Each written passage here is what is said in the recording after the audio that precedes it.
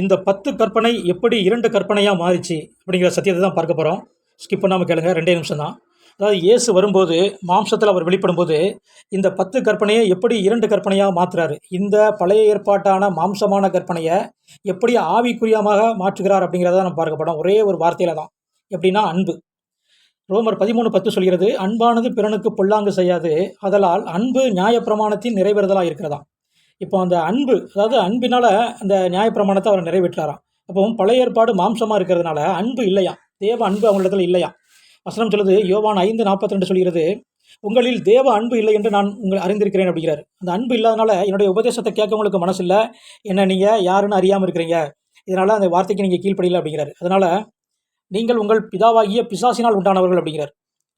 ஏன்னா அவங்க அந்த பாவம் அவங்களுக்குள்ளே இருக்குது, அந்த பாவம் அவங்கள செய்ய விட மாட்டுக்கு. அதே சமயத்தில் அவங்க சுய பலத்தினால அந்த 10 கற்பனையும் அவங்க செய்ய வேண்டியிருக்கு. அதனால் அவங்க நீதிமானம் ஆக முடியல அப்படின்னு பார்க்குறோம். இப்படி மாம்சத்தின்படி இருக்கிற அந்த கற்பனையை ஆவிக்குரிய பிரகாரமாக மாற்றதான் இயேசு மாம்சத்தில் வெளிப்படுகிறார். அதாவது இப்போ அந்த பாவ மன்னிப்பு உண்டாகிறதுனால, பாவ நிவர்த்தி உண்டாகிறதுனால, பாவ மீட்பு இயேசுவின் ரத்தத்தினால உண்டாகிறதுனால, அந்த பாவத்துக்கான பலி கொடுக்கப்படுவதனால, அந்த பாவத்தின் சம்பளமான மரணத்தை அவர் கொடுத்ததுனால, இப்போ ஆவியின் பிரகாரமாக இந்த 2 கற்பனைகள்னால நம்ம நியாயப்பிரமாணத்தின் நீதியை நம்மளால் செய்ய முடியுதான். பாருங்கள், இந்த அன்பு எப்படி வருமா. வசனம் சொல்கிறது, ரோமர் 5:5 சொல்கிறது, பரிசுத்த ஆவி உங்களிடத்தில் வரும்போது உங்கள் இருதயங்களில் தேவ அன்பு ஊற்றப்படுகிறதா. அப்போ பரிசுத்த ஆவி வரும்போது தான் தேவ அன்பு நம்முடைய இருதயத்தில் ஊற்றப்படுதான். அப்போ அந்த தேவ அன்பு வரணும்னா, அந்த பரிசுத்த ஆவி வரணும்னா, இந்த இயேசு சொன்ன வார்த்தையின்படி, உபதேசத்தின்படி நம்ம கை கொள்ளணுமா, அந்த வார்த்தையில் நம்ம நிலைச்சிருக்கணுமா. அப்போ தான் இந்த அன்பு நம்முடைய இருதயத்தில் ஊற்றப்படுமா. அப்படி வரும்போது தான் நம்ம இந்த நியாயப்பிரமாணத்தின் நீதியை நிறைவேற்ற முடியும். அதாவது இப்போ நியாயப்பிரமாணம் கிடையாது, அதோடைய நீதியை நம்ம இந்த ஆவிக்குரிய பிரகாரமாக நிறைவேற்றமா.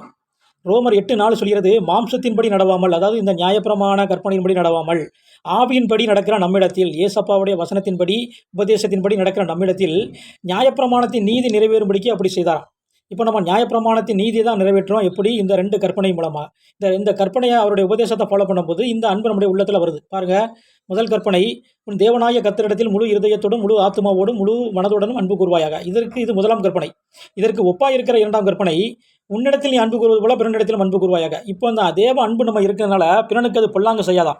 அப்போ இப்போ நம்ம நீ கொலை செய்யாதிருப்பாயாக, களவு செய்யாதிருப்பாயாக, விபச்சாரம் செய்யாதிருப்பாக அப்படின்னு சொல்ல வேண்டாம். ஏன்னா அந்த தேவ அன்பு இருக்கும்போது பிறனுக்கு பொல்லாங்கு செய்ய மாட்டோம்னு நம்ம பார்க்குறோம். அதனால் நம்முடைய பாவ சிந்தனையை நம்முடைய உள்ளத்தில் தோன்றாதான். வசனம் சொல்லுது, தேவனால் பிறந்த எவனும் பாவம் செய்யானா. அதாவது தேவனால் பிறந்த எவனும்னா, இயேசு சொன்ன வசனத்தின்படி பிறந்தவன், உபதேசத்தின்படி வாழ்கிறவன் பாவம் செய்ய மாட்டானா. இப்போ நமக்கு இந்த நியாயப்பிரமாணத்தின்படி இப்படி செய்யாத, இதை செய் அப்படின்னு சொல்ல தேவையில்லையா. அந்த பாவமான சிந்தனை நம்முடைய உள்ளத்தில், இருதயத்தில் தோன்றவே செய்யாதான். அதாவது பழைய ஏற்பாடு மாம்சம், புதிய ஏற்பாடு ஆவினா அவருடைய வார்த்தையின்படி நடக்கிறது. மாம்சம்ங்கிறதுனா நம்ம சுய பலத்தில் செய்கிறது. இந்த சுய பலத்தில் அவங்க செய்ய நினைச்சனால தான் நீதிமான் ஆக முடியல. காரணம், பாவம் செய்ய விடலை. ஆனால் இப்போ இந்த பாவத்துக்கான பலி அவர் கொடுத்ததுனால, அவருடைய வசனத்தினால நம்முடைய ஆத்மா பரிசுத்தமாகிறதுனால, அவர் நமக்குள்ளே அந்த அன்பை ஊற்றுகிறதுனால நம்ம இப்பொழுது அந்த நியாயப்பிரமாணத்தின் நீதியை நம்மளால் நிறைவேற்ற முடியுது. அதனால் இந்த வார்த்தை தான் நம்மளுக்கு ஜீவன். ஆமென்.